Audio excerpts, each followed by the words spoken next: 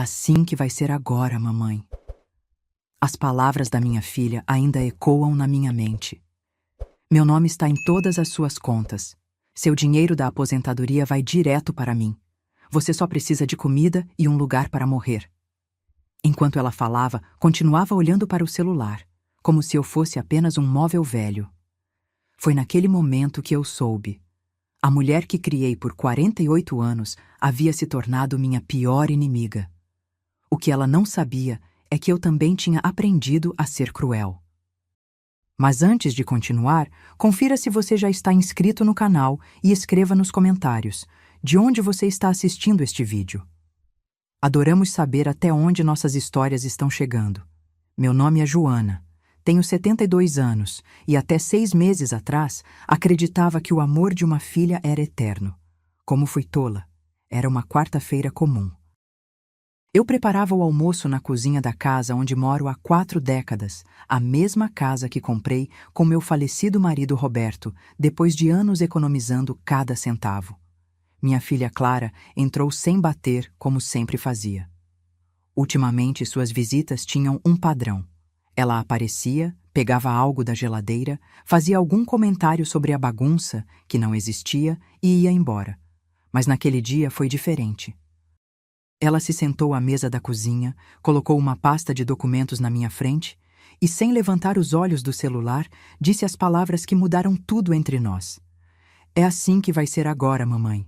Meu nome está em todas as suas contas. Seu dinheiro da aposentadoria vai direto para mim. Você só precisa de comida e um lugar para morrer.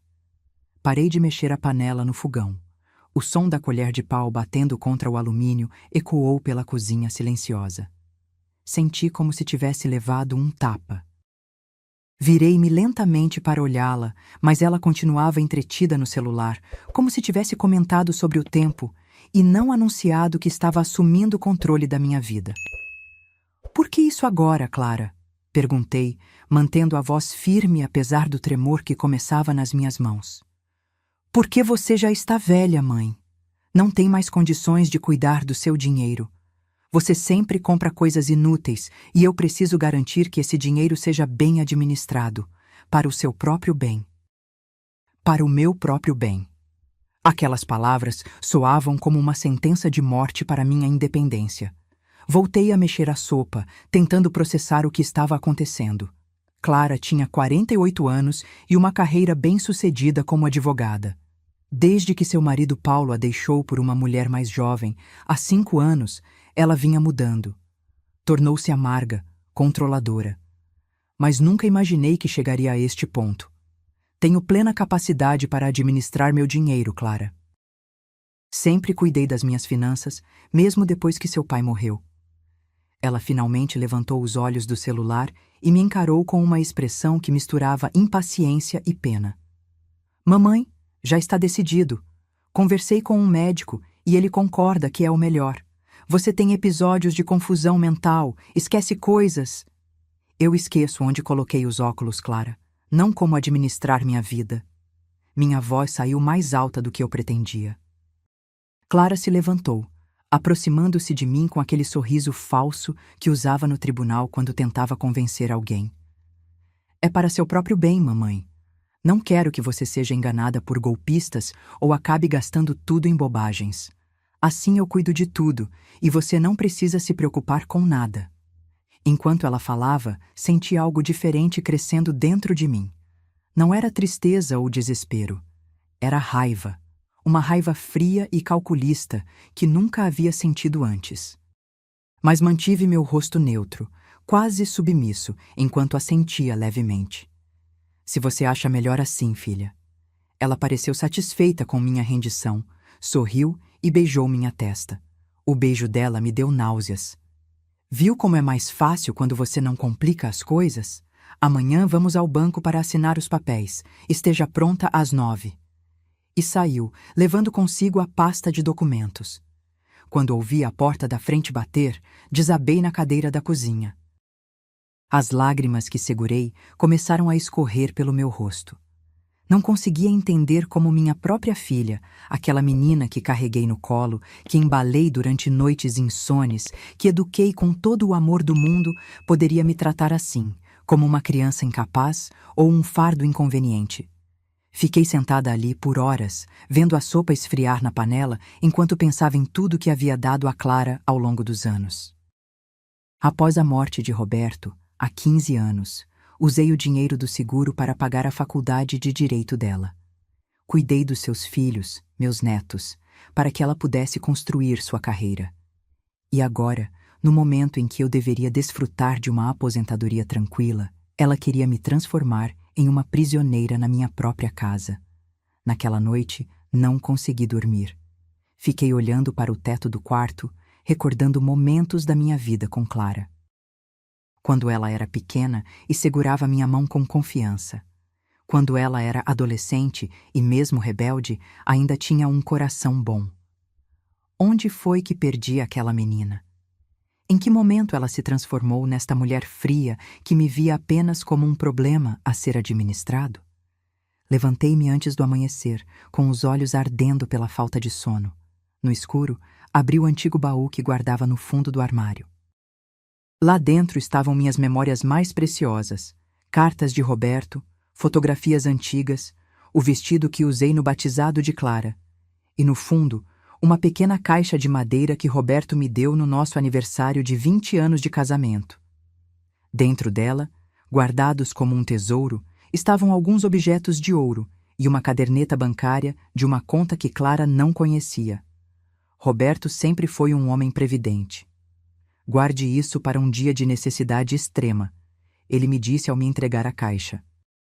Nunca se sabe quando você precisará de um plano B. Nunca imaginei que esse dia chegaria pelas mãos da nossa própria filha. Fechei o baú e voltei para a cama, mas não para dormir.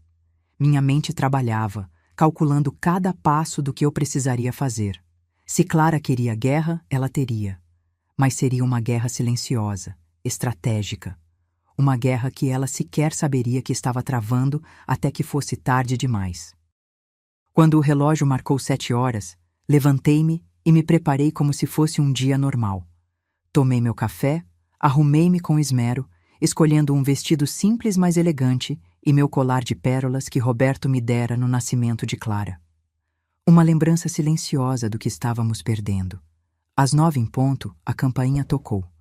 Clara estava lá, pontual como um relógio suíço, com sua expressão eficiente e distante. Ao meu lado, ela parecia vir de outro mundo. Eu com meu vestido florido e cabelos grisalhos, ela com seu terno executivo impecável e cabelos tingidos. Pronta, mamãe. O carro está esperando. Peguei minha bolsa e sorri, um sorriso que não chegava aos olhos. Estou pronta, filha, mais pronta do que você imagina. Ela me olhou com uma leve desconfiança, mas logo voltou à sua expressão neutra. Enquanto caminhávamos até o carro, eu pensava que a batalha estava apenas começando. E eu, uma velha que ela julgava inofensiva, seria sua pior adversária. O banco estava cheio naquela manhã. Pessoas de todas as idades faziam fila nos caixas eletrônicos e aguardavam atendimento. Clara, usando sua postura intimidadora de advogada, dirigiu-se diretamente à mesa do gerente, contornando a fila de espera como se as regras não se aplicassem a ela. Bom dia! Tenho uma reunião agendada sobre as contas da minha mãe, disse ela, empurrando-me suavemente à frente, como se eu fosse um objeto a ser apresentado. O gerente, um homem de meia-idade com um sorriso ensaiado, nos recebeu e indicou as cadeiras. Seu nome era Augusto, segundo a plaquinha em sua mesa. Ele começou a explicar sobre a procuração que eu deveria assinar, sobre como Clara passaria a administrar todas as minhas finanças, sobre como isso era comum e recomendável para pessoas da minha idade. Enquanto eles falavam sobre mim como se eu não estivesse presente, observei o movimento do banco. Numa mesa distante, reconheci Margarida, uma velha amiga que trabalhava ali há décadas. Nossos olhares se cruzaram e ela me deu um pequeno aceno. Eu sorri de volta, um sorriso cúmplice que Clara não notou. Dona Joana, a senhora está entendendo tudo? Perguntou o gerente, finalmente dirigindo-se a mim. Perfeitamente, Sr. Augusto. Só estou um pouco cansada. Será que eu poderia usar o banheiro antes de assinarmos os papéis? Clara revirou os olhos, impaciente. Mamãe, podemos fazer isso rápido? Tenho uma audiência em 2 horas. É só um momento, querida. A não ser que queira me acompanhar ao banheiro também para garantir que eu faça tudo direito. Meu tom irônico a pegou de surpresa. Ela franziu a testa, mas assentiu. O gerente indicou onde ficava o banheiro. Clara, por que você não espera aqui e termina de verificar os documentos? Sugeriu ele. Sua mãe pode assinar quando voltar. Aproveitando a deixa, levantei-me e caminhei lentamente pelo banco. Ao passar pela mesa de Margarida, deixei cair um pequeno bilhete que havia preparado em casa. Ela o pegou discretamente e assentiu. No bilhete, um pedido simples. Precisamos conversar. Questão de vida ou morte. Me ligue. No banheiro, respirei fundo várias vezes. Meu coração batia acelerado, mas minha determinação era inabalável. Olhei-me no espelho e vi uma mulher que não reconhecia de imediato. Não era mais apenas a doce Joana, a mãe dedicada e a avó amorosa. Nos meus olhos havia uma dureza nova, a determinação de quem foi empurrada até o limite. Você consegue fazer isso, sussurrei para meu reflexo. Roberto estaria ao seu lado. Quando voltei à mesa do gerente, Clara já tinha verificado todos os documentos. Augusto me entregou uma caneta e apontou onde eu deveria assinar. Estes documentos transferem a procuração total para sua filha, Dona Joana. Ela poderá administrar suas contas, seus bens, fazer transferências, tudo em seu nome. Eu entendo, respondi calmamente, pegando a caneta. Clara me observava com um sorriso satisfeito, como uma caçadora que finalmente encurralou sua presa. Eu assinei cada documento lentamente, com minha letra tremida de idosa, enquanto por dentro planejava cada passo do que faria a seguir. Quando terminamos, Clara apanhou os documentos como se fossem troféus. Viu como foi fácil, mamãe? Agora não precisa se preocupar com nada disso. Eu cuido de tudo para você. Sorri para ela, um sorriso que, espero, escondia o que eu realmente sentia. Sim, querida, você sempre sabe o que é melhor. No caminho de volta para casa, Clara falava sem parar sobre como organizaria minhas finanças, como eu não precisaria mais me preocupar com contas ou despesas, como ela cuidaria de tudo. Cada palavra sua soava como mais um tijolo no muro da prisão que ela construía ao meu redor. Quando chegamos, ela entrou rapidamente, verificou se eu tinha comida na geladeira e anunciou que precisava ir para o tribunal. Volto no fim de semana para organizar seus papéis e medicamentos. Não abra a porta para ninguém e não atenda ligações de números desconhecidos. Podem ser golpistas. Depois que ela saiu, sentei-me na poltrona da sala, aquela onde Roberto costumava ler o jornal nas manhãs de domingo, e deixei as lágrimas virem. Chorei por quase 1 hora, mas não eram lágrimas de derrota. Eram lágrimas de limpeza, lavando a ingenuidade e a confiança cega que eu tinha depositado em Clara. O telefone tocou às 3 da tarde. Era Margarida. Joana, o que está acontecendo? Seu bilhete me assustou. Por quase 1 hora, contei a ela tudo. Como Clara havia mudado nos últimos anos, tornando-se cada vez mais controladora. Como ela agora queria tomar conta de tudo, alegando que eu estava confusa e incapaz. Margarida ouviu em silêncio, interrompendo apenas para fazer perguntas pontuais. Isso é abuso financeiro, Joana. É um tipo de violência contra idosos que vemos com frequência no banco, infelizmente. Eu sei, respondi. Mas não vou permitir que continue. Preciso da sua ajuda. Margarida era mais do que uma funcionária do banco. Era uma amiga de décadas, alguém que conhecia minha família desde que Clara era criança. Se havia alguém em quem eu podia confiar neste momento, era ela. O que você tem em mente? Perguntou ela. Lembra daquela conta conjunta que Roberto abriu antes de morrer? Aqui está em nossos 2 nomes? Sim, claro. É uma conta antiga que quase não tem movimentação. Clara não sabe dela. Roberto sempre foi previdente, guardando para emergências. Acho que ele nunca imaginou que a emergência seria nossa própria filha, mas aqui estamos. Expliquei meu plano para Margarida. Era arriscado e exigiria tempo, mas era minha única chance de recuperar minha independência antes que Clara assumisse controle total da minha vida. Margarida hesitou inicialmente, preocupada com as implicações legais, mas acabou concordando. Se é isso que você quer, vou te ajudar. Mas temos que ser muito cuidadosas. Quando desligamos, senti uma centelha de esperança pela primeira vez em dias. O caminho seria difícil, mas eu não estava sozinha. Além de Margarida, tinha a lembrança de Roberto me guiando. Ele sempre dizia que eu era mais forte do que parecia. Estava na hora de provar que ele tinha razão. Nas semanas seguintes, Clara começou a implementar seu plano de controle. Primeiro, foram as pequenas coisas. Ela trocou meu celular por um modelo mais simples, alegando que o anterior era complicado demais para mim. O novo telefone tinha apenas funções básicas, sem acesso à internet ou aplicativos bancários. Depois começou a controlar minhas saídas. Sempre que eu queria visitar uma amiga ou ir ao shopping, precisava avisá-la. É para sua segurança, mamãe, dizia ela. E se você cair na rua e ninguém souber onde está? O pior veio quando ela contratou uma acompanhante para ficar comigo durante o dia. Janaína era uma mulher de uns 40 anos, com um sorriso gentil, mas olhos vigilantes. Clara a instruiu a ajudar com minhas tarefas diárias, mas eu sabia que sua verdadeira função era me vigiar e reportar tudo a Clara. Sua filha se preocupa muito com você, dona Joana, dizia Janaína enquanto me ajudava a preparar o almoço, algo que eu fazia sozinha há 50 anos. Sim, ela é muito atenciosa, respondia eu, engolindo a ironia junto com o orgulho ferido. À noite, quando Janaína ia embora, eu finalmente tinha um momento de privacidade. Era quando eu ligava para Margarida de um telefone pré-pago que havia comprado secretamente antes que Clara assumisse controle total da minha vida. Juntas, continuávamos a executar nosso plano, lenta, mas seguramente. Um mês após a visita ao banco, Clara apareceu com uma expressão estranha. Mamãe, preciso conversar com você. Sentamo-nos na sala. Ela parecia genuinamente preocupada, o que me deixou alerta.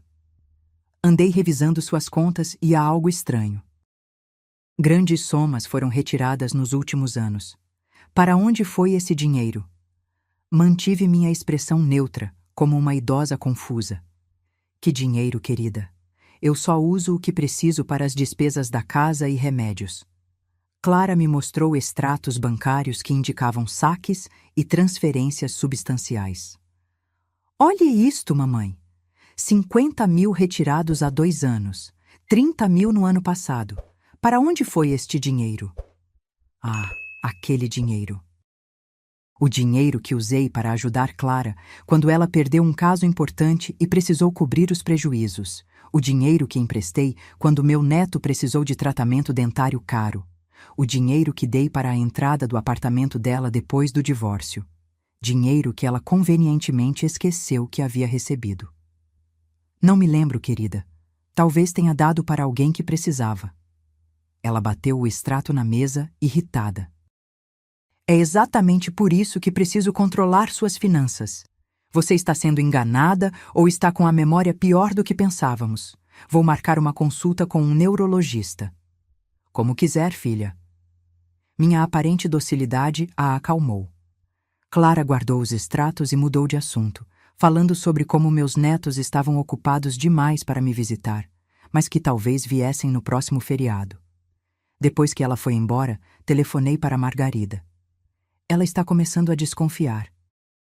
Precisamos acelerar as coisas. No dia seguinte, enquanto Janaína assistia à sua novela favorita na sala, aproveitei para escapar para o quintal com a desculpa de regar as plantas. Lá, usei meu telefone secreto para falar com Margarida. Está tudo pronto, ela me informou. A conta está ativa e o dinheiro foi transferido conforme planejamos. Clara não tem como rastreá-lo agora. E a papelada da casa? Também está encaminhada. O advogado preparou tudo como você pediu. Senti uma mistura de alívio e tristeza. Era doloroso ter que me proteger da minha própria filha desta maneira, mas Clara não me deixara escolha. Obrigada, Margarida. Não sei o que faria sem você. Você faria a mesma coisa por mim, Joana. Amigos são para isso. Nos dias que se seguiram, notei Clara cada vez mais agitada. Ela aparecia sem avisar, vasculhava minhas gavetas quando achava que eu não estava olhando, verificava meu celular, o oficial, não o secreto, e questionava Janaína sobre minhas atividades diárias. Algo a estava incomodando, mas ela não revelava o quê. Eu suspeitava que ela havia descoberto que a conta conjunta com Roberto ainda existia, mas não conseguia acessá-la porque não tinha procuração para esta conta específica. Numa tarde chuvosa de sábado, Clara chegou com Paulo, seu ex-marido. Isso me surpreendeu, pois eles mal se falavam desde o divórcio. Paulo sempre foi um homem decente, embora fraco. Ele foi quem se afastou quando o casamento acabou, deixando de visitar até mesmo os próprios filhos. "Oi, dona Joana", disse ele, parecendo constrangido. "Como a senhora está?" "Estou bem, Paulo. Surpresa em vê-lo aqui." Clara interveio rapidamente. "Paulo está me ajudando com algumas questões legais, mamãe." "Você se importa se usarmos o escritório do papai por algumas horas?" Assenti, observando-os entrar na sala que mantive intacta desde a morte de Roberto. Através da porta entreaberta, ouvi fragmentos da conversa deles. Falavam sobre propriedades, contas bancárias, procurações. Em determinado momento, a voz de Paulo se elevou. "Isso não parece certo, Clara. Sua mãe não demonstrou nenhum sinal de incapacidade mental. Você não a vê todos os dias como eu.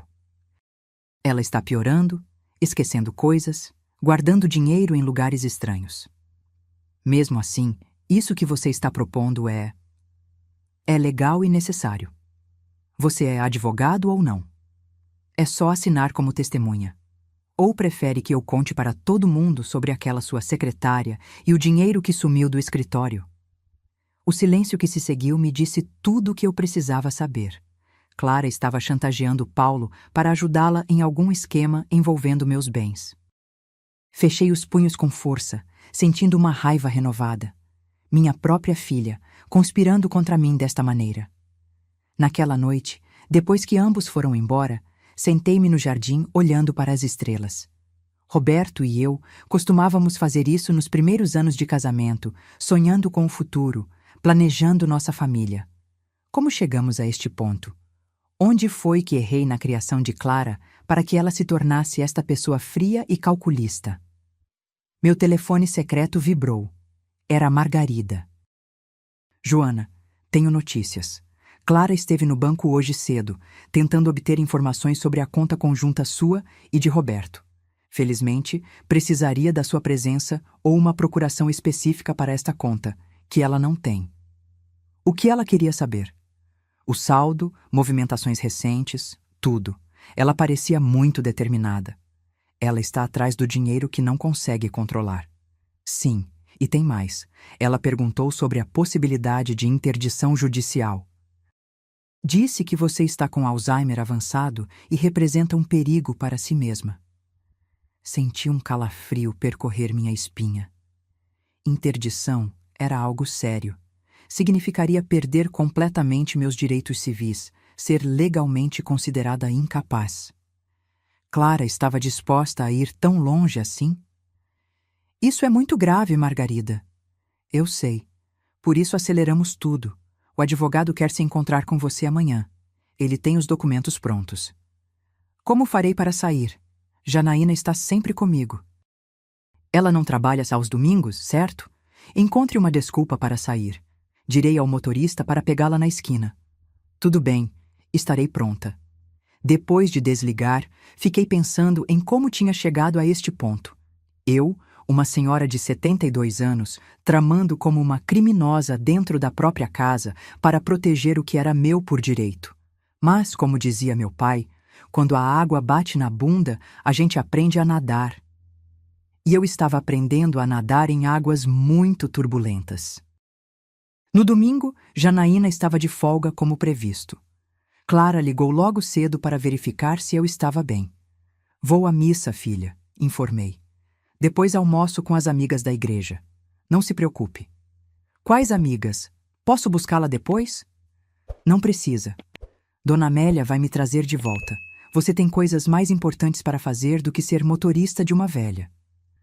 Só estou preocupada, mamãe. Eu sei, querida, mas estou bem. É só uma missa e um almoço. Ela hesitou, mas acabou concordando. Assim que desliguei, me arrumei com cuidado, escolhendo roupas que não chamassem atenção. Peguei minha bolsa de documentos, onde guardava a caderneta da conta conjunta e alguns papéis importantes que consegui esconder de Clara. Olhei uma última vez para a foto de Roberto na cômoda antes de sair. Me dê força, sussurrei. Fui realmente à missa, por precaução. Clara conhecia algumas pessoas da paróquia e poderia verificar.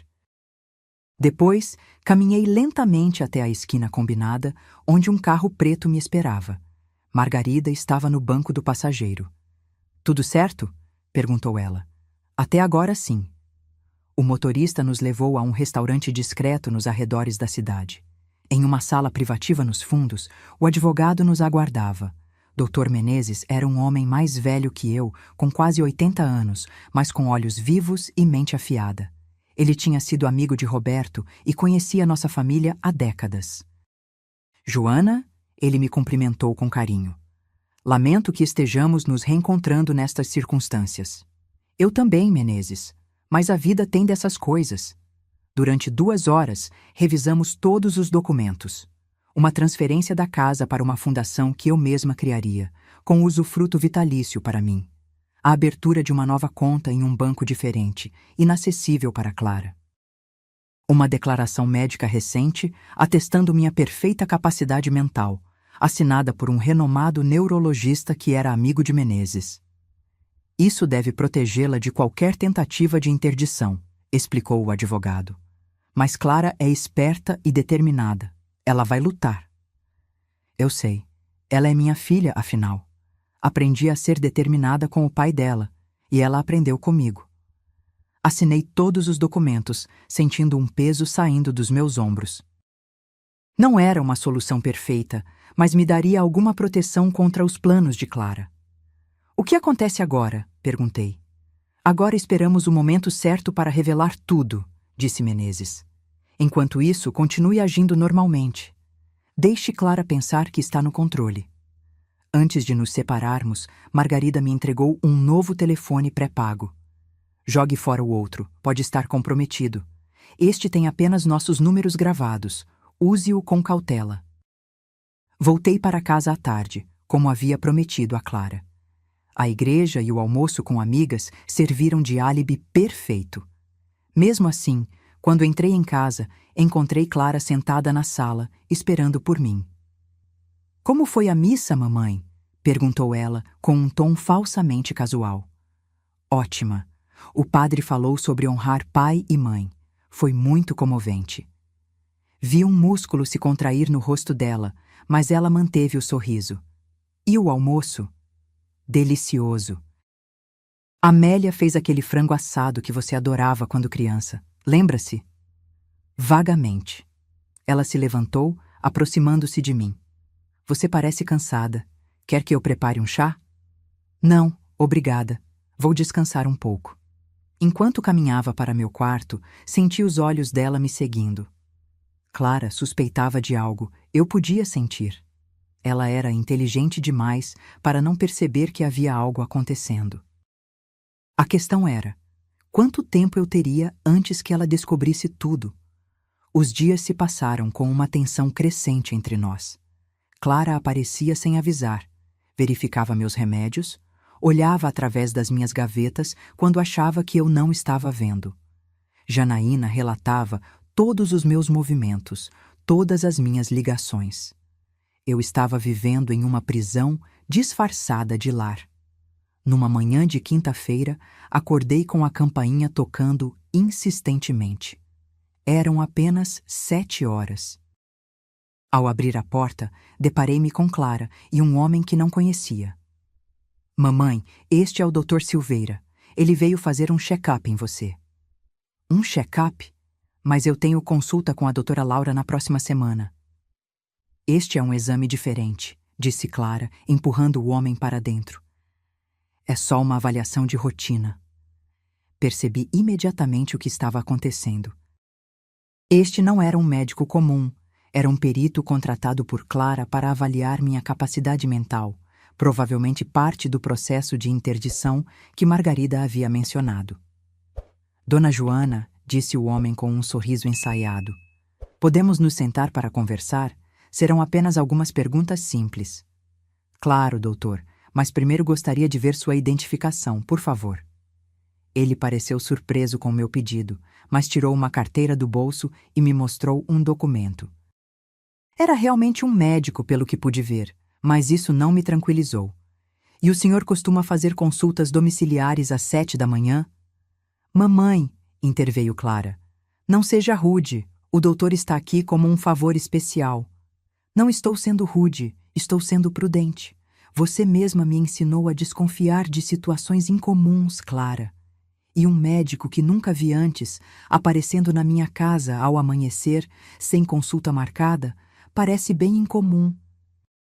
O doutor olhou para Clara, visivelmente desconfortável. Ela manteve a compostura, mas vi um leve tremor em seu maxilar, sinal de que estava contendo a raiva. Dr. Silveira é neurologista, mamãe. Ele está muito ocupado e conseguiu encaixar essa visita antes do horário da clínica. É uma cortesia. Entendo, respondi sentando-me na poltrona da sala. Nesse caso, vamos começar. Durante a hora seguinte, o médico me fez uma bateria de perguntas. Qual era a data do meu aniversário? Quem era o presidente atual? Poderia desenhar um relógio marcando 3h15? Conseguia lembrar 3 palavras que ele havia mencionado 5 minutos atrás? Eu respondia tudo com calma e precisão, vendo a frustração crescer no rosto de Clara. A senhora se lembra de quando seu marido faleceu? Perguntou o médico. 15 de junho de 2010.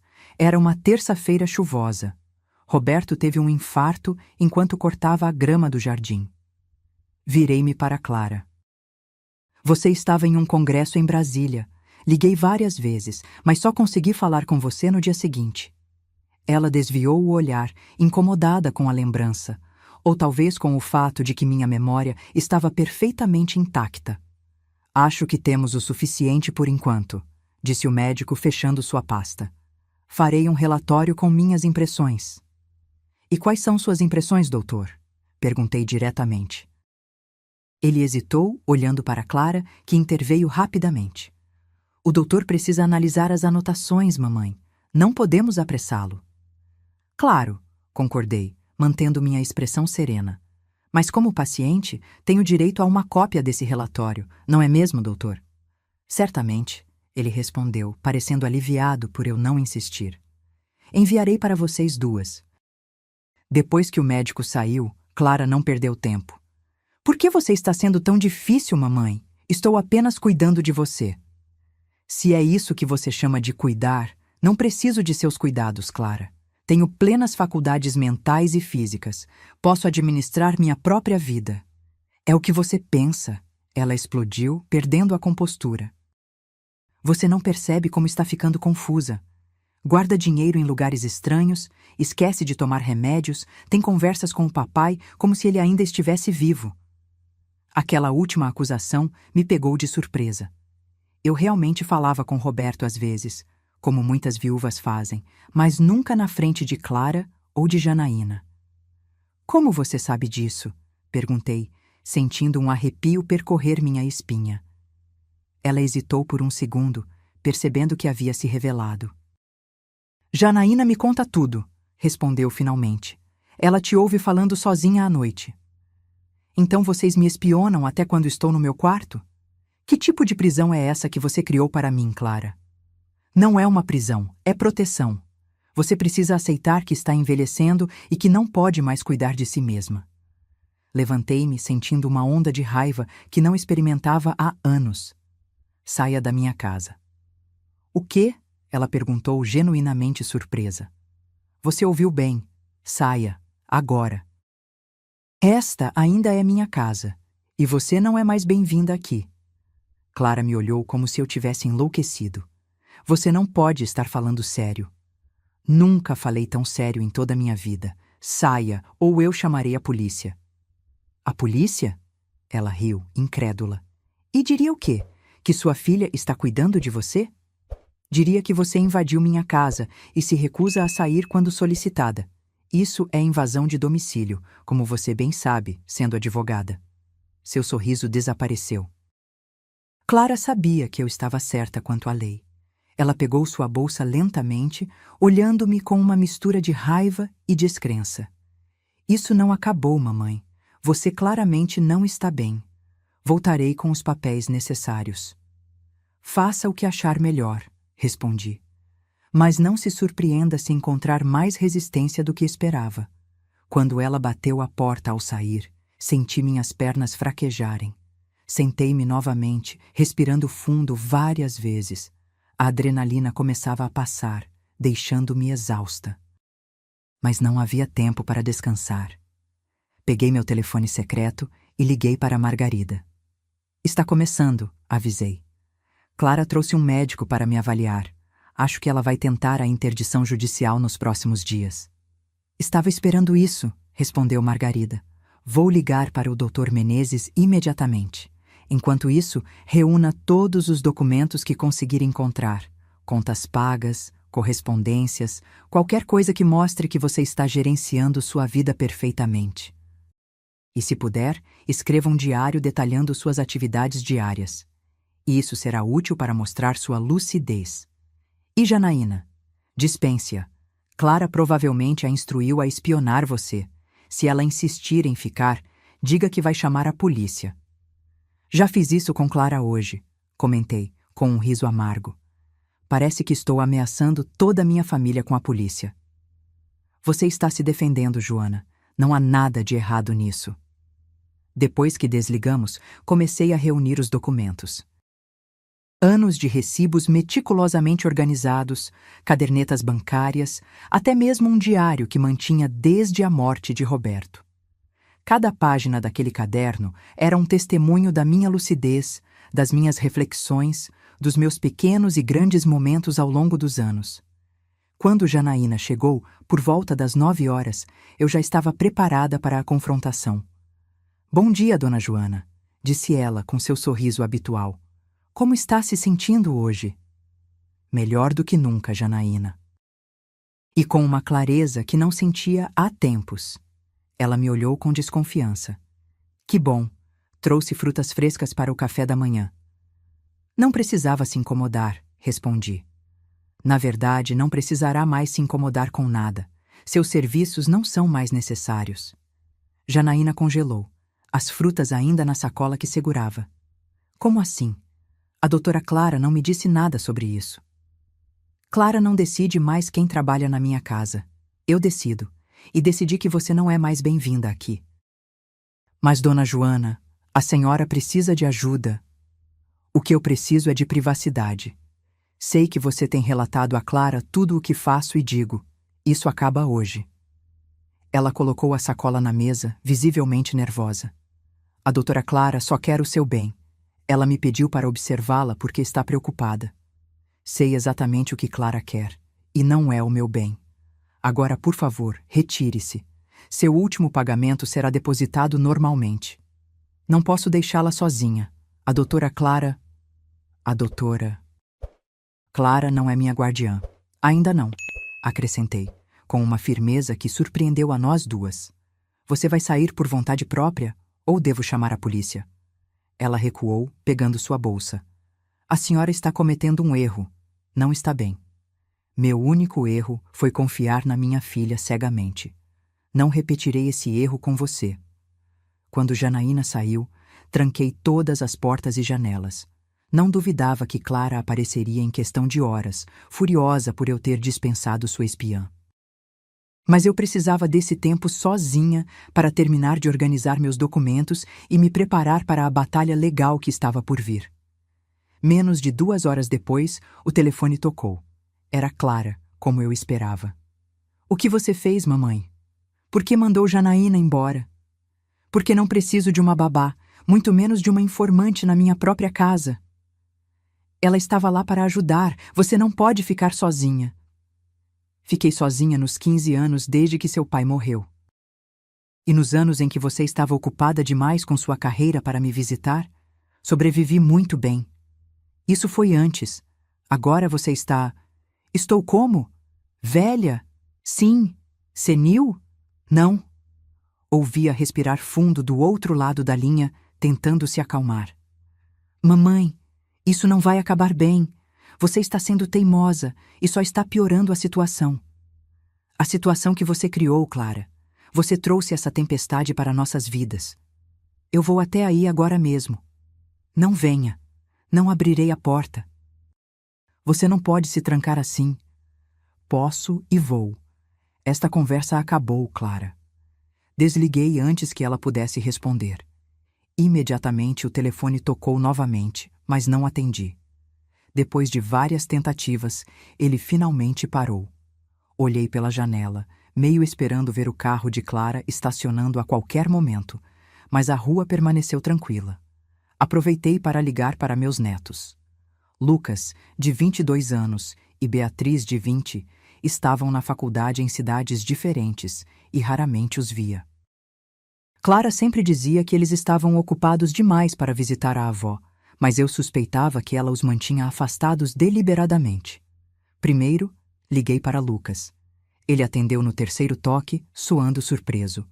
Vovó? Tudo bem? Tudo ótimo, querido. Só estou com saudades. Como vai a faculdade? Vai bem. Aconteceu alguma coisa?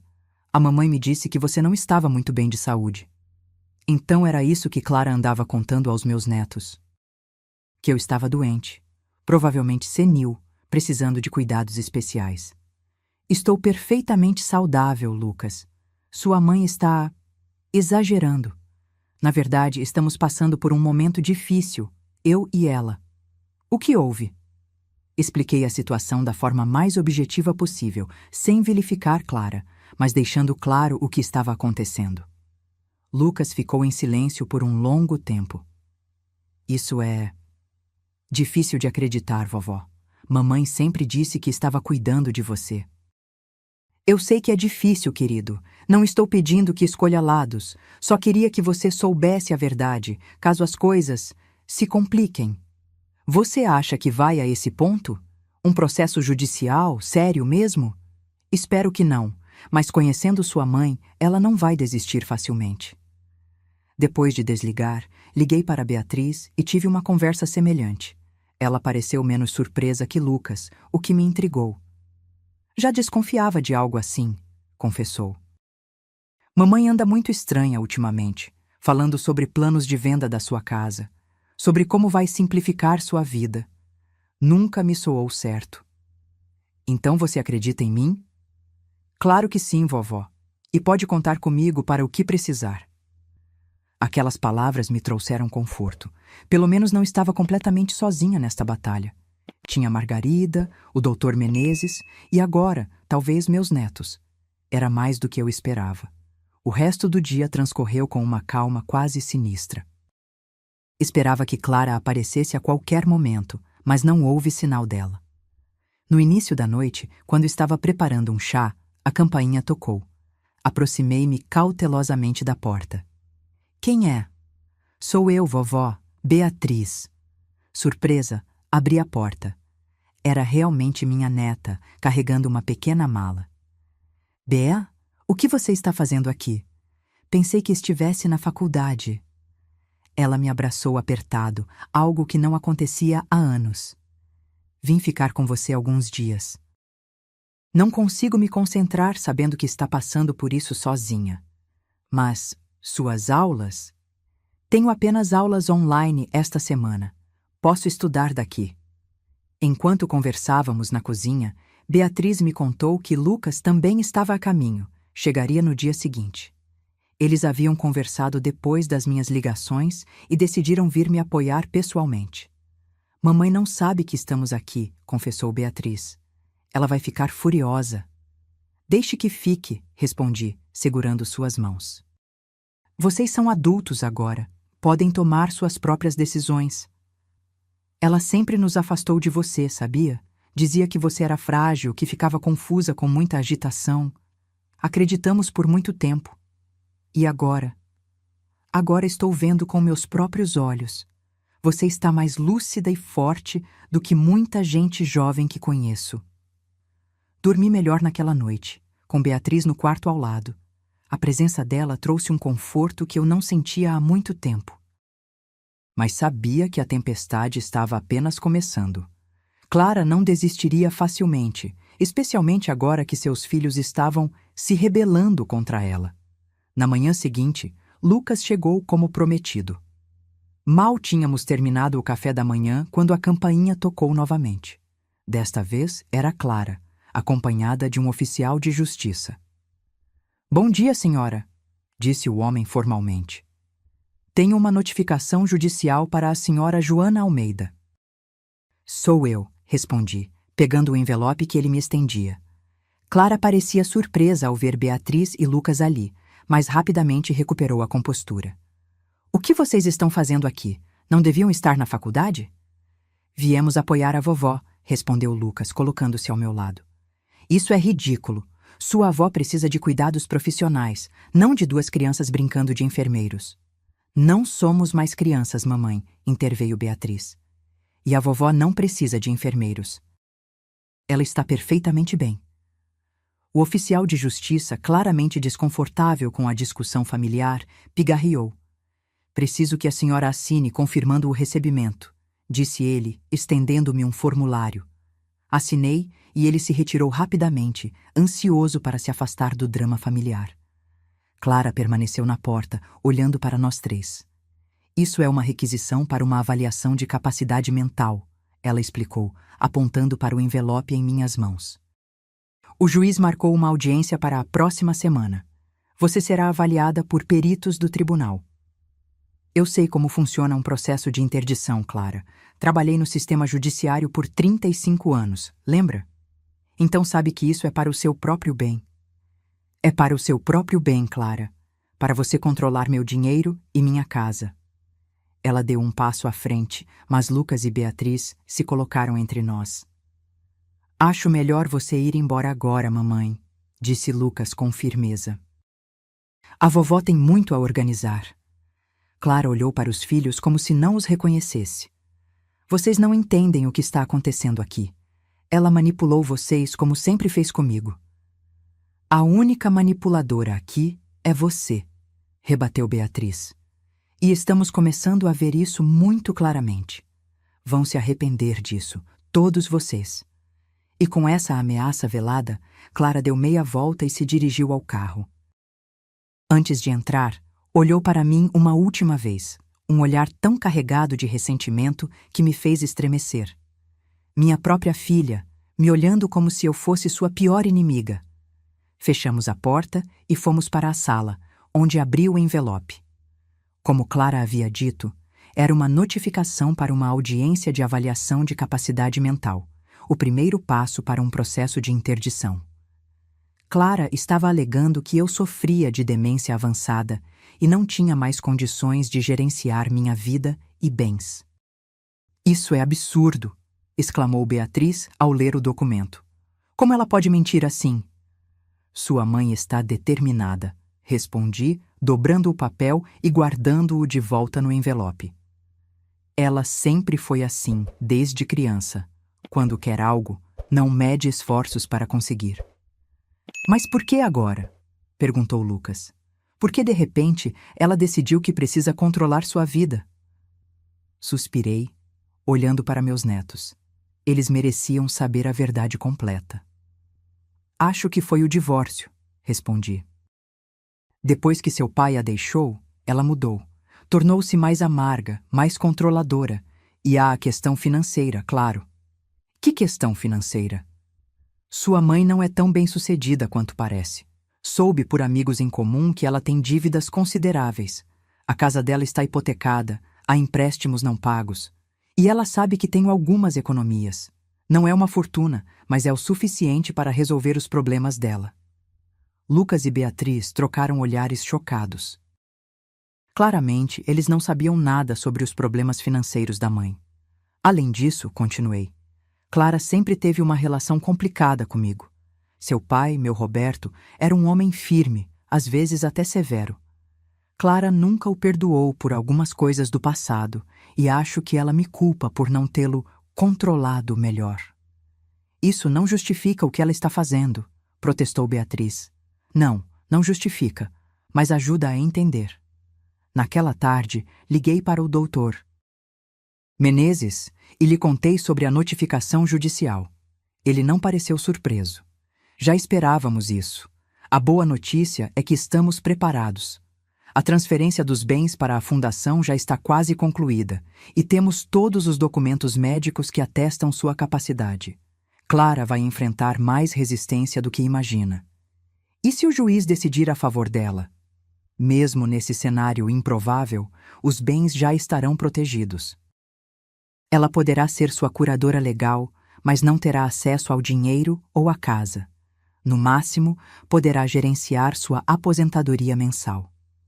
Essa informação me trouxe algum alívio, mas ainda havia uma tristeza profunda em meu coração. Não era assim que eu imaginava passar meus anos de velhice, lutando contra minha própria filha, escondendo bens, preparando-me para batalhas judiciais. Onde foi que tudo deu errado entre nós? Os dias seguintes foram um turbilhão de atividades.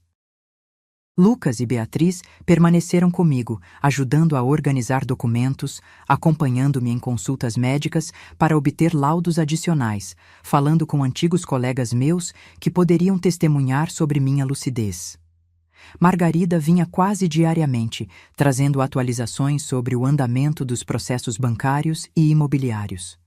Clara tentou várias vezes entrar em contato com os filhos, alternando entre súplicas e ameaças.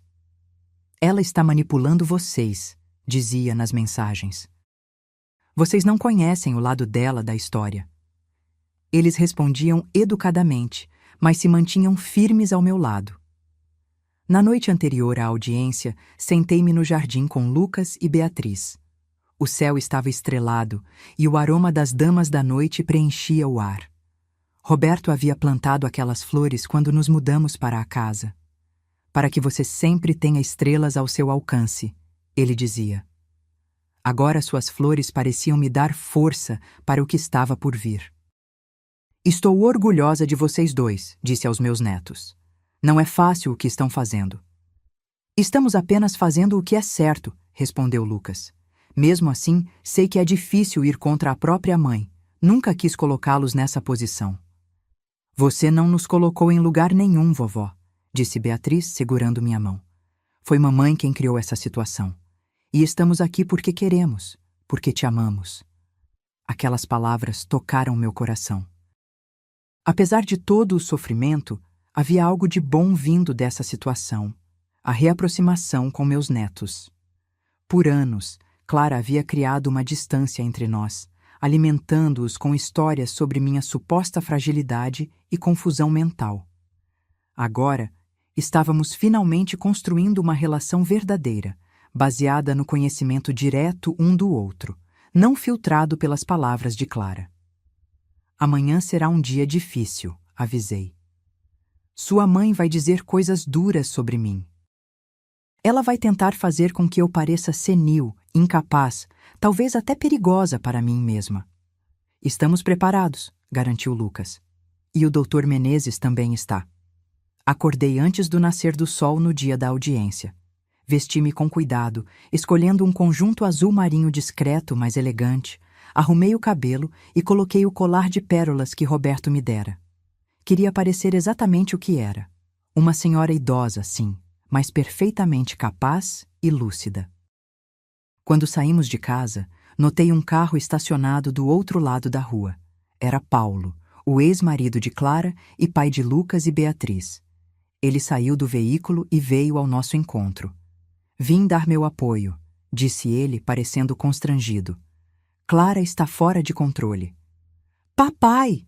Exclamou Beatriz, abraçando-o. Você vai testemunhar? Se for necessário, sim. Não posso ficar parado vendo sua mãe fazer isso. Não é justo com Dona Joana, nem com vocês. A presença de Paulo foi uma surpresa bem-vinda. Ele havia se afastado da família após o divórcio, mantendo apenas contato mínimo com os filhos. Vê-lo ali, disposto a se posicionar contra Clara, era significativo. Chegamos ao fórum cedo. Dr. Menezes já nos esperava, acompanhado de uma assistente. Ele nos conduziu a uma sala privativa onde poderíamos aguardar. "Estou confiante", disse ele, revisando alguns papéis. "Temos laudos médicos recentes, testemunhas de sua capacidade e a estratégia jurídica está sólida. Clara vai ter que provar que você é incapaz, e ela não tem evidências disso." Por volta das 10 horas, fomos chamados à sala de audiência. Clara já estava lá, sentada ao lado de seu advogado, um homem de meia idade com expressão severa. Quando entramos, ela olhou para Paulo com evidente surpresa e raiva. Não esperava que seu ex-marido se posicionasse contra ela. O juiz, um homem idoso de cabelos brancos e expressão séria, entrou em seguida. A audiência começou formalmente, com cada advogado apresentando seus argumentos iniciais. O advogado de Clara falou primeiro, pintando um quadro de uma senhora idosa em declínio cognitivo que guardava dinheiro em lugares estranhos, esquecia de pagar contas, falava sozinha e representava um perigo para si mesma. "Dona Joana precisa de proteção", concluiu ele. Sua filha, motivada apenas pelo amor e preocupação, busca a curatela para garantir que ela tenha os cuidados necessários nesta fase da vida. Quando foi a vez do Dr. Menezes, ele levantou-se calmamente e começou a desmontar, ponto por ponto, os argumentos do outro advogado. "Meritíssimo, o que temos aqui não é um caso de proteção, mas de controle. Dona Joana mantém todas as suas faculdades mentais intactas, como atestam os laudos médicos que apresentamos. Ela gerencia sua vida financeira e pessoal com total autonomia há 15 anos, desde o falecimento do marido. Os comportamentos estranhos alegados pela filha são, na verdade, normais para qualquer pessoa, independentemente da idade." Ele apresentou os laudos médicos, documentos bancários mostrando minha gestão financeira impecável e testemunhos de vizinhos e amigos sobre minha lucidez e independência. "Além disso", continuou ele, "temos razões para acreditar que o real motivo por trás deste pedido de interdição é financeiro.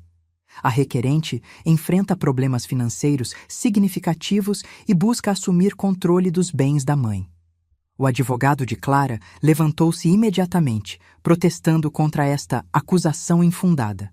O juiz, no entanto, permitiu que o Dr. Menezes continuasse. Em seguida, fui chamada para ser questionada. Respondi a todas as perguntas com calma e precisão, demonstrando minha lucidez e raciocínio.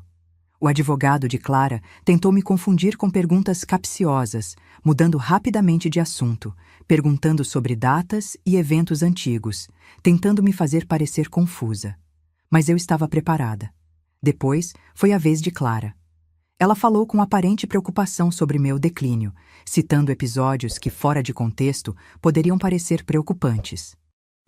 Falou sobre me encontrar conversando sozinha no jardim, sobre eu ter esquecido uma panela no fogo certa vez, sobre eu supostamente acusar vizinhos de roubo quando não encontrava objetos. O Dr. Menezes a questionou diretamente. "Doutora Clara, a senhora mencionou que sua mãe guarda dinheiro em lugares estranhos. Poderia elaborar? Ela esconde dinheiro pela casa, em livros, em potes de plantas, em caixas de sapato. É um comportamento paranoico. E a senhora já considerou que isso pode ser simplesmente uma preferência pessoal? Muitas pessoas de todas as idades preferem manter dinheiro em casa. Não é normal esconder dinheiro pela casa. E o que a senhora fez quando encontrou este dinheiro?" Clara hesitou, percebendo a armadilha. "Eu guardei para ela." "Guardou onde, exatamente?" "Na minha conta, para segurança." "Sem informar sua mãe?" "Ela não entenderia." "Então a senhora pegou o dinheiro que pertence à sua mãe, transferiu para sua própria conta, sem o conhecimento ou consentimento dela, e agora alega que isso foi para o bem dela?" O advogado de Clara interveio, mas o dano já estava feito. O juiz observava com interesse crescente.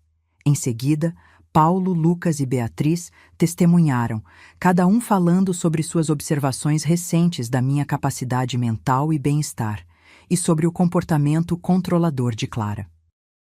Margarida foi a última testemunha, trazendo seu conhecimento profissional como bancária para explicar como eu sempre administrei minhas finanças com competência, e como as movimentações recentes nas minhas contas pareciam suspeitas não pelo meu comportamento, mas pela intervenção de Clara. Ao final da audiência, o juiz anunciou que tomaria sua decisão nos próximos dias, após analisar todos os documentos e depoimentos.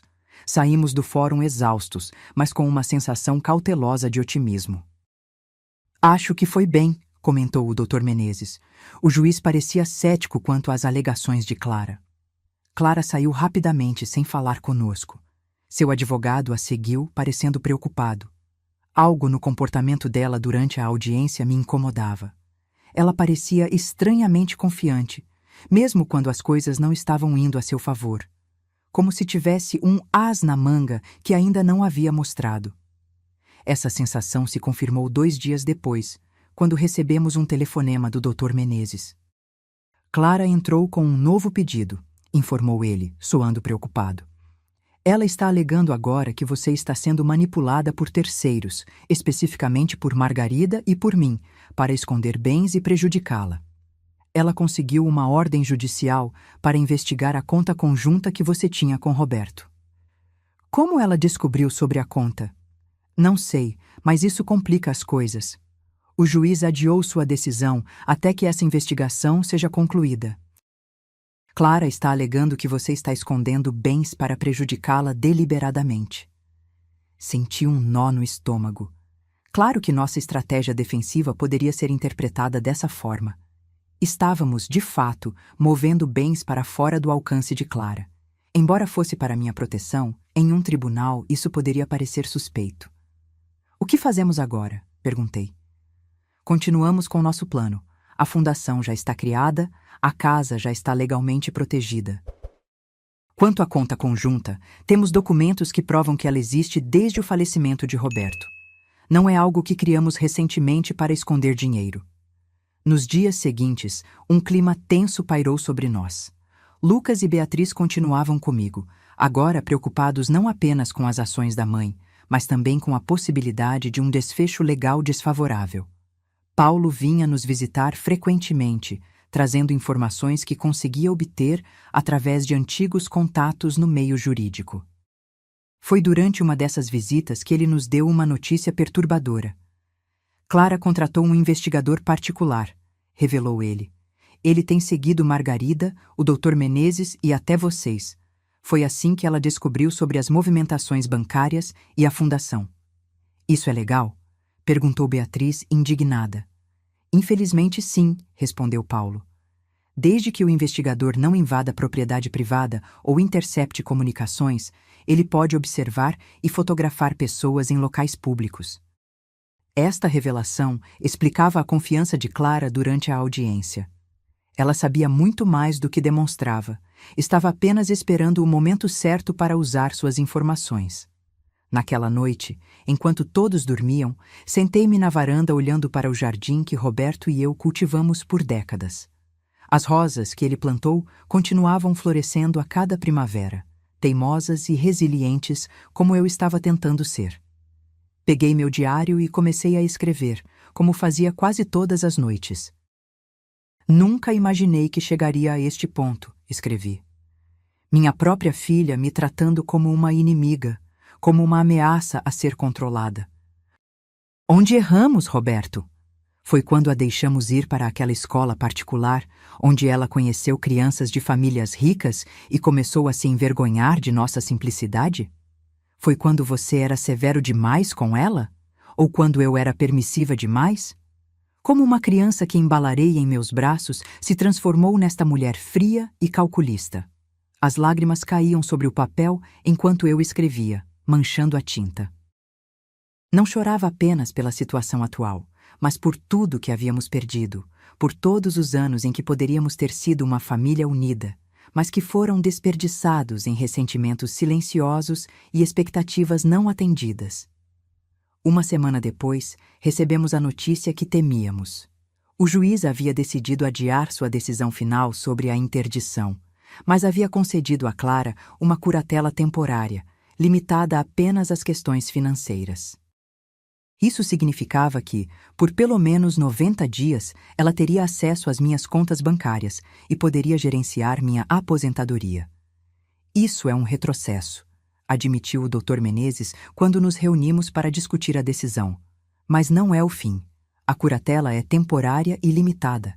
Clara não pode vender a casa ou tomar decisões sobre sua saúde ou estilo de vida. E a fundação já está estabelecida. A casa já está protegida.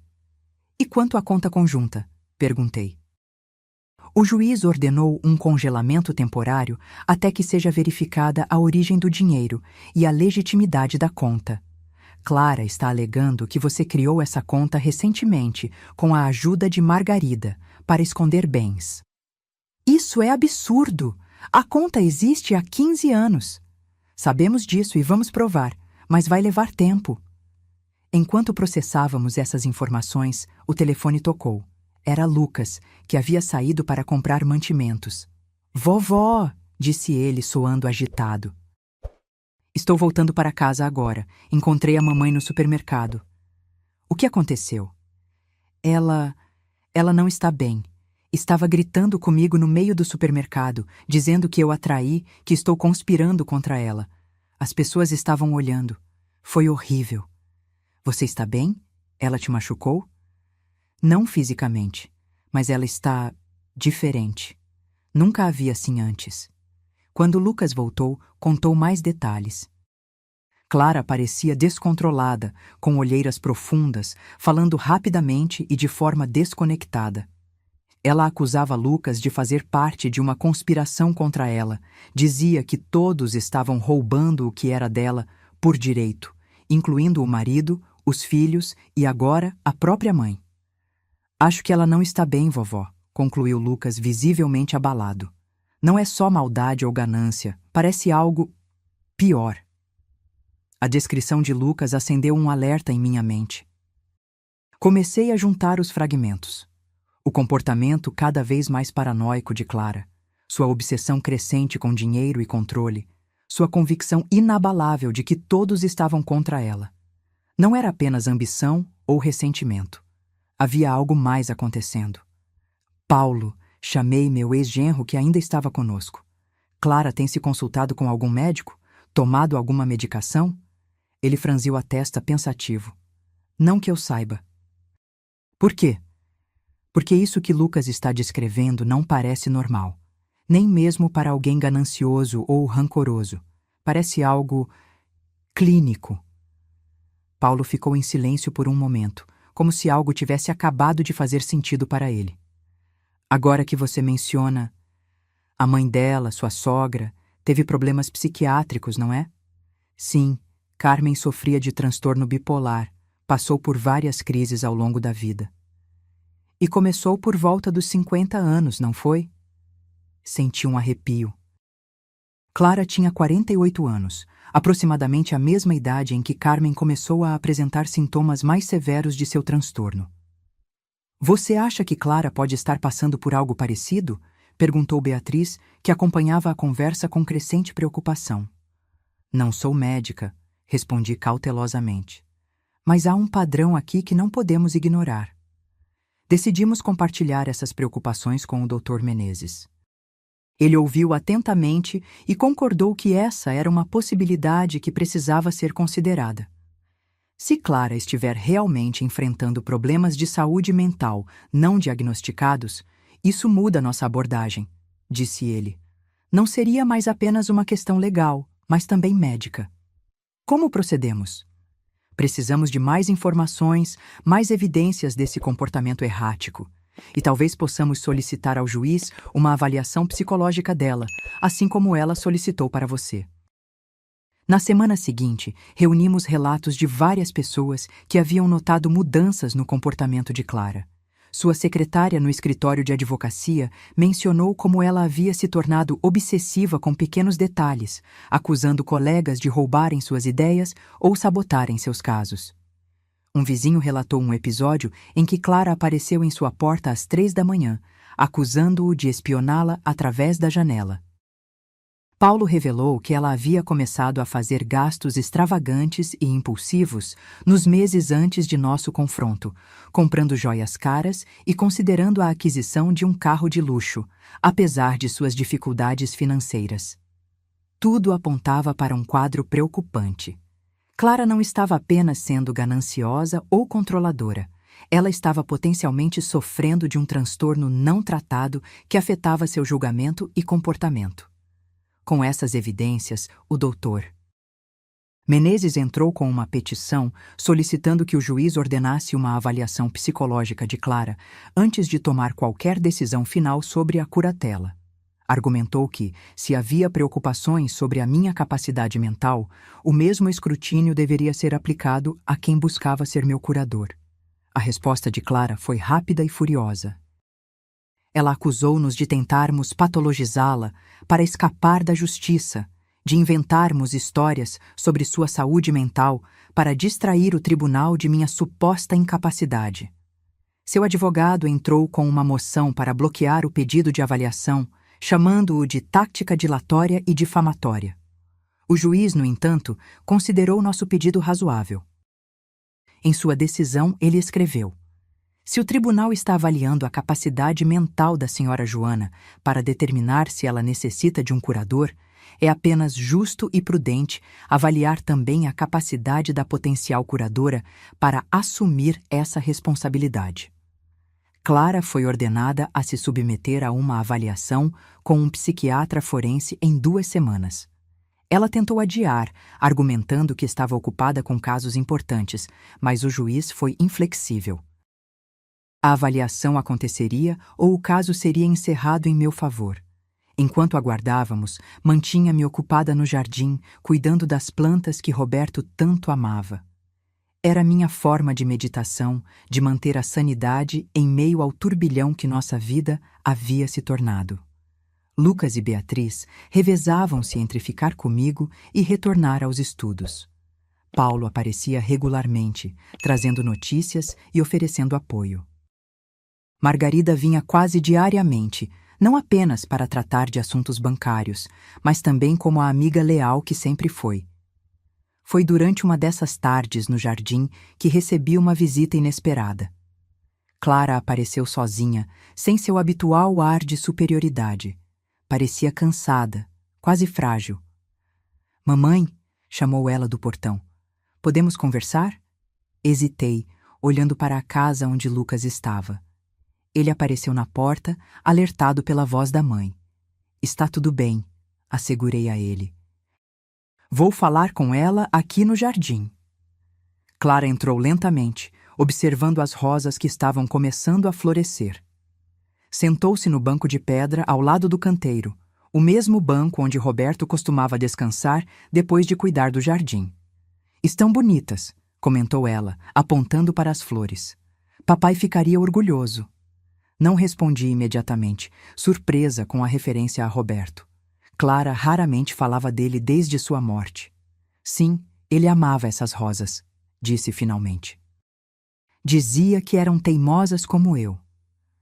Um pequeno sorriso surgiu no rosto dela, logo substituído por uma expressão séria. "Mamãe, eu não sei o que está acontecendo comigo." A vulnerabilidade em sua voz me pegou de surpresa. Por um momento, vi nela a menina que costumava correr para meus braços quando tinha um pesadelo, não a mulher fria que havia tentado tomar controle da minha vida. "O que você quer dizer, Clara?" "Eu tenho esses momentos, onde tudo parece tão claro, tão óbvio. Como se eu pudesse ver as conexões que ninguém mais vê. E então tudo fica confuso, caótico. Fico com raiva, paranoica, vejo inimigos em todos os lugares." Ela falava rapidamente, as palavras saindo quase sem respiração. "Eu realmente acreditava que estava ajudando você, que você precisava de proteção, que estava confusa, mas agora não tenho certeza do que é real e do que não é." Senti meu coração se apertar. Era doloroso ver minha filha assim, vulnerável e assustada. Apesar de tudo que ela havia feito, de todas as acusações e manipulações, ela ainda era minha filha, a menina que eu carreguei no ventre, que ensinei a andar e falar. Clara, disse suavemente, sentando-me ao seu lado. Você se lembra da sua avó, Carmen? Ela assentiu lentamente. Lembro de como ela mudava. Às vezes estava tão animada, falando sem parar, fazendo planos grandiosos. Outras vezes, ficava na cama por dias, mal conseguia levantar. Ela tinha transtorno bipolar, expliquei. E nunca aceitou totalmente o tratamento. Achava que os médicos estavam conspirando contra ela, que a medicação era veneno. Clara me olhou, uma compreensão dolorosa surgindo em seus olhos. Você acha que eu... Acho que você deveria conversar com um médico, querida. Não por causa do processo, não por minha causa, mas por você mesma. Ela baixou o olhar, as mãos tremendo levemente. Tenho medo, confessou em um sussurro quase inaudível. Eu sei, é assustador, mas você não está sozinha. Nunca esteve. Naquele momento, algo mudou entre nós. Não era perdão, ainda não, mas talvez o início de uma compreensão. Clara não era apenas uma filha gananciosa tentando se apropriar dos bens da mãe. Ela era uma mulher possivelmente lutando contra os mesmos demônios que atormentaram sua avó sem reconhecê-los pelo que eram. O que acontece agora? Perguntou ela. Você vai à avaliação ordenada pelo juiz, mas não como uma estratégia legal, não como algo que estamos forçando você a fazer. Vá como alguém que busca respostas, que quer entender o que está acontecendo consigo mesma. Ela assentiu lentamente. E o processo? A curatela? Podemos encontrar uma solução que funcione para todos. Algo que me proteja, mas também te ajude a se recuperar. Clara se levantou, parecendo um pouco mais centrada do que quando chegou. Obrigada por não me odiar. Eu nunca poderia odiar você, Clara. Estou magoada, desapontada, às vezes até com raiva, mas odiar? Nunca. Ela saiu como havia entrado, em silêncio, mas com um peso diferente em seus ombros. Não a certeza arrogante de antes, mas tampouco a derrota total. Era o peso de quem começa a enxergar a verdade, dolorosa como pode ser. Quando entrei na casa, Lucas me esperava ansioso. O que ela queria? Está tudo bem? Sim, respondi, sentindo uma estranha paz. Acho que, pela primeira vez em muito tempo, as coisas podem finalmente começar a melhorar. Na semana seguinte, Clara compareceu à avaliação psiquiátrica como ordenado pelo tribunal. Não tivemos acesso imediato aos resultados, mas Paulo, através de seus contatos, conseguiu descobrir que o relatório preliminar indicava sinais de transtorno bipolar, possivelmente em fase maníaca, com elementos de paranoia. 3 dias depois da avaliação, recebemos uma ligação inesperada. Era o advogado de Clara. Dona Joana, disse ele formalmente. Estou ligando para informar que minha cliente deseja retirar o pedido de interdição. Fiquei momentaneamente sem palavras, surpresa com esta reviravolta. Ela explicou o motivo? Doutora Clara está atualmente sob cuidados médicos e, após reflexão, concluiu que não é o momento adequado para prosseguir com este processo. Ela também solicita que o tribunal encerre a curatela temporária que lhe foi concedida. Entendo, respondi cautelosamente. E quanto às acusações sobre a conta conjunta e a fundação? Essas questões também serão abandonadas. Doutora Clara deseja resolver quaisquer disputas familiares fora do tribunal. Depois de desligar, compartilhei a notícia com Lucas, Beatriz e o Dr. Menezes, que veio imediatamente à minha casa quando soube. Todos estávamos cautelosamente otimistas, mas também confusos com a súbita mudança. Isso é muito repentino, comentou o advogado. Clara estava determinada até alguns dias atrás. Acho que a avaliação psiquiátrica pode ter sido um despertar para ela, sugeri. Talvez esteja começando a aceitar que precisa de ajuda. Na semana seguinte, recebemos a confirmação oficial do tribunal. O caso estava encerrado, a curatela temporária revogada, e eu tinha de volta o controle total sobre minha vida e bens. Foi como se um peso enorme tivesse sido retirado dos meus ombros. Finalmente, depois de meses de tensão, poderia retomar minha vida normal. Ou pelo menos, uma nova versão dela. Porque nada seria exatamente como antes. O relacionamento com Clara estava irrevogavelmente alterado. Havíamos visto o pior um do outro, dito coisas que não poderiam ser facilmente esquecidas. Mas também havia uma nova chance, uma possibilidade de reconstrução que não existia antes. Clara começou um tratamento psiquiátrico intensivo, incluindo medicação e terapia. Segundo Paulo, que mantinha contato com ela regularmente, os primeiros resultados eram promissores. Ela estava mais estável, mais lúcida, começando a reconhecer os padrões destrutivos em seu comportamento. Era uma jornada longa, sem garantias, mas era um começo. 2 meses depois do encerramento do processo, Clara pediu para me visitar. Concordei, com a condição de que Lucas ou Beatriz estivessem presentes. Ainda não estava pronta para ficar sozinha com ela, e ela entendeu. Escolhemos um domingo à tarde para o encontro. Ela chegou pontualmente, trazendo um pequeno vaso com damas da noite, as mesmas flores que Roberto havia plantado no jardim. Um gesto simbólico que não passou despercebido. Pensei que poderíamos plantar juntas, explicou ela, entregando-me o vaso. Se você quiser. Eu gostaria disso, respondi, aceitando o presente. Lucas nos observava da varanda, dando-nos espaço, mas mantendo-se por perto. Beatriz estava na cozinha, preparando um chá. Sentamo-nos na sala, o silêncio inicialmente desconfortável pairando entre nós. Como você está? Perguntei finalmente. Melhor, respondeu Clara. A medicação está ajudando e a terapia é difícil, mas necessária. Fico feliz em ouvir isso. Mamãe, eu vim pedir desculpas. Sei que palavras não são suficientes depois de tudo que fiz, mas preciso dizer mesmo assim. Sinto muito. Muito mesmo. Sua voz tremeu e vi lágrimas se formando em seus olhos. Não eram lágrimas manipuladoras, eram genuínas, nascidas de arrependimento real. Por muito tempo, eu realmente acreditei que estava ajudando, continuou ela. Na minha cabeça você estava confusa, vulnerável. E eu estava salvando você. Não percebi como esse pensamento estava distorcido, como eu estava projetando meus próprios medos e inseguranças em você. E agora? Perguntei suavemente. Agora estou tentando separar o que é real do que minha mente criou.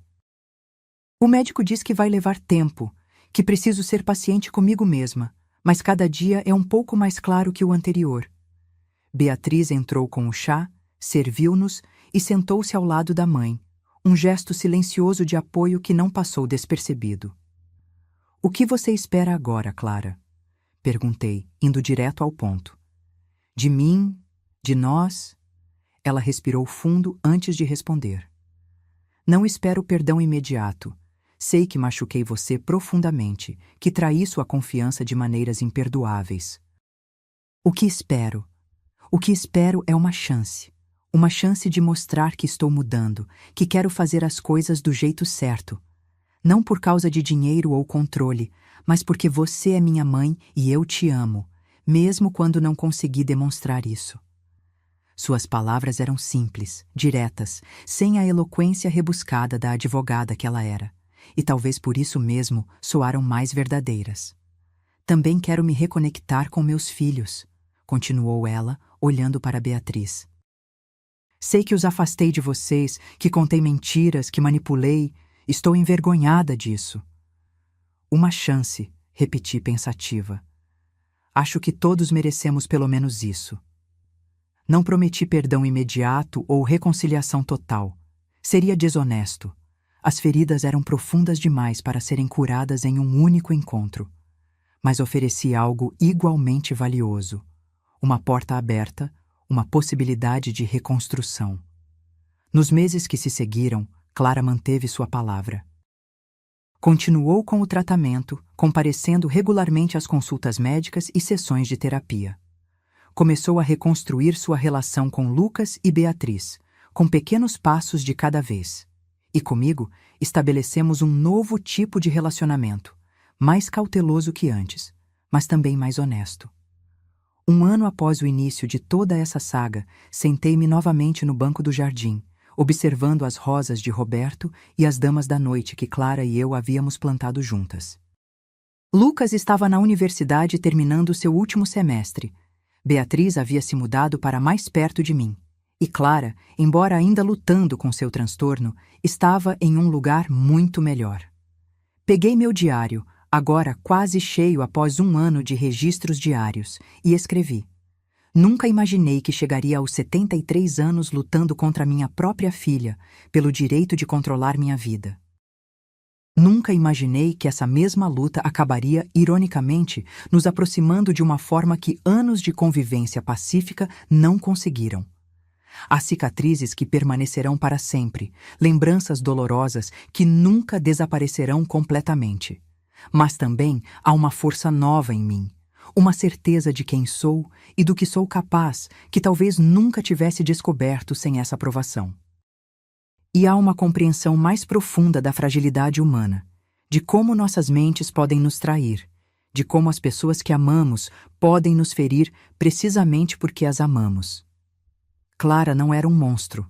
Era uma filha doente que precisava de ajuda, tanto quanto eu precisava de proteção contra ela. Roberto sempre dizia que a vida raramente nos dá respostas simples. Ele estava certo, como sempre. Não há vilões ou heróis nesta história, apenas pessoas imperfeitas tentando fazer o melhor que podem com as cartas que receberam. E talvez seja isso que significa envelhecer com sabedoria. Entender que a vida não é preto e branco, que até nos momentos mais sombrios há nuances, há aprendizado, há possibilidade de recomeço. Fechei o diário e olhei para o céu que começava a escurecer. As primeiras estrelas apareciam, as mesmas que Roberto e eu costumávamos observar juntos. Em algum lugar, imaginei, ele estava sorrindo, satisfeito por sua família ter encontrado, finalmente, um caminho de volta um para o outro. A campainha tocou. Era Clara, chegando para nosso jantar semanal. Levantei-me, guardei o diário e caminhei para dentro, pronta para mais um pequeno passo em nossa jornada de reconciliação. Agora, se você gostou dessa história, clica em esse inscrever e me diz nos comentários qual parte te deixou de queixo caído. Ah, e não esqueça de se tornar membro para ter acesso a vídeos exclusivos que não posto aqui. Te espero lá.